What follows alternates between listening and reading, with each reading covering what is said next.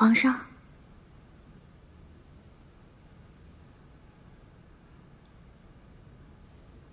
你这身装扮，鹏鹏觉得，作为皇后，总在人群中五彩斑斓、金光闪闪的惹人注目不太好，还是肃静一些。皇后为何突然有了这等觉悟？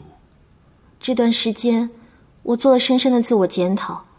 我觉得我这个人个性张扬，爱玩，毛手毛脚，不太懂得顾全大局，实在是太不懂事儿了。这是病，得治。朕觉得，一个人想要改掉本性，是很难实现的。是啊，所以希望皇上能给我一个机会啊！人能了解到自己是最难的。我现在已经走出了认识自我的第一步，也就是说，我离改变自我的第二步不远了。朕知道，你能服软卖乖、低眉顺眼，是形势所迫。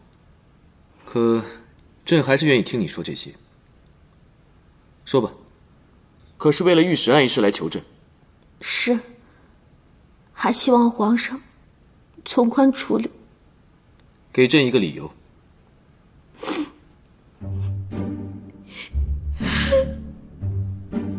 杨爷那孩子还小，年少轻狂，血气方刚，不懂事儿。再说，他爹也老了，一辈子征战沙场，才换来我们的安稳。接着说。再说九王，鹏鹏平时确实与他多说了2句，但是绝对没有越轨的行为。鹏鹏对他更是没有任何非分之想。我知道皇上一直误会我们有一腿，你要知道我多委屈。好了好了，别哭了。我与赵王也是同病相怜，都是因为江氏。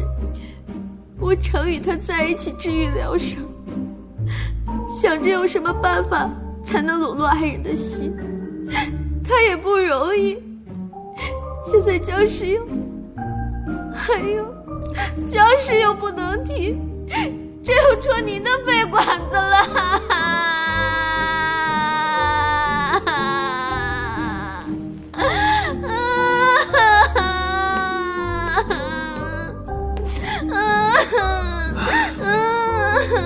好了好了，不要哭了啊！别哭了，你这个哭法朕可受不了。原本朕只是想给他们一个警告，更想让你明白，你应该依靠的是谁。那还用说吗？我早就想好了，我最应该依靠的就是皇上您呐。但愿你是真的这么想。等风波过去后，朕会从轻处置，你不要再哭了。皇上此话当真？君无戏言。皇上，您之前说过要得到我的心，我觉得只要您愿意，那些都不重要，我随时都可以。不管您是哪里不舒服，哪里不得劲儿了，随时来行首宫找我。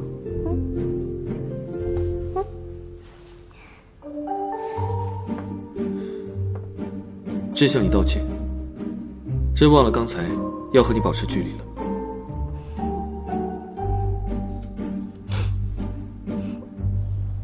奉天承运，皇帝诏曰：张陵从军中开除，永不复用。杨玉削其爵位，夺其兵权。杨玉之子杨炎收回其宅院2处。九王降为郡王，罚3年俸禄，钦此。谢皇上恩典。这就完了？那我呢？你觉得你还有什么能让朕罚的？你是有官职还是有爵位？你是有房产还是有田地？你是不罚我，可你这更加羞辱了我的人格，践踏了我的自尊，让我这辈子都……够了！这次的事情让朕给强压下来了。朕只愿你等今后严于律己，洁身自好。都下去吧。臣谢主隆恩。谢主隆恩。哎妈呀，鬼！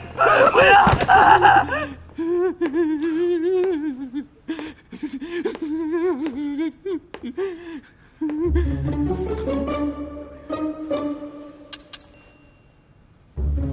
嗨，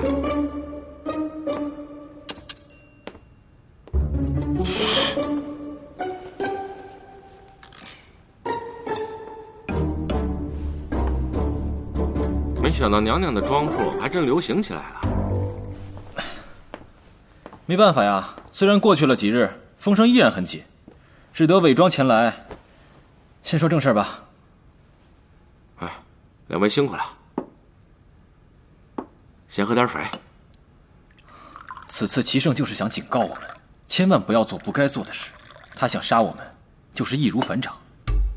哎，本来这次以为自己命不久矣，谁知道还能逢凶化吉，躲过这一劫。你倒是个乐天派，齐胜没杀了我，可我老爹快把我打死了啊！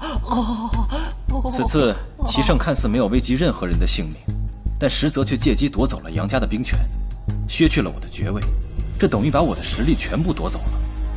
张陵乃张家最大的羽翼之一，让张陵离开军中，就等于让张家元气大伤。九弟啊，相比于杀头，这是最好的结果了。哼，我们九哥能这么想吗？九哥可是心比天高。当然，他命并不比纸薄。我是想说，好了，齐胜他做了这么多，就是想告诉我们，我们的命都在他的手里。他想杀我们，随时可以杀，只是看心情。确实也是，自己的命运被别人玩弄于股掌之间，是挺难受的。